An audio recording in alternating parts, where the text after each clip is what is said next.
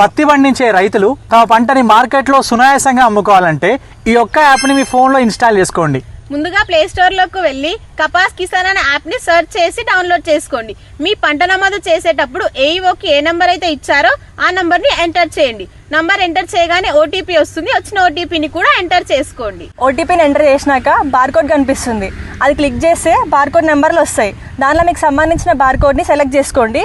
అప్పుడు slot book option కనిపిస్తుంది.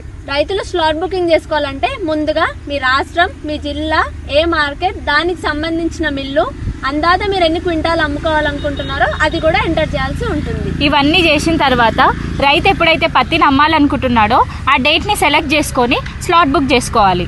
Slot booking చేసుకున్నారు కదా, ఏవైనా కొన్ని అనివార్య కారణాల వల్ల మీరు అమ్ముకోలేకపోతే 24 గంటల లోపు క్యాన్సిల్ చేసుకోవచ్చు. మరుసటి రోజు కొత్తగా బుక్ చేసుకోవచ్చు. వీటితో పాటు రైతు పత్తి అమ్మడానికి మార్కెట్ పోయినప్పుడు ఆధార్ కార్డు, పట్టదారు పాస్బుక్, దాంతో పాటు ఏదైతే ఫోన్ నెంబర్ లింక్ అయి ఉన్నదో దాన్ని కూడా పట్టుకొని పోవాల్సి ఉంటుంది. పత్తి పండించిన ప్రతి రైతన్నకి ఇప్పుడే ఈ వీడియో షేర్ చేయండి.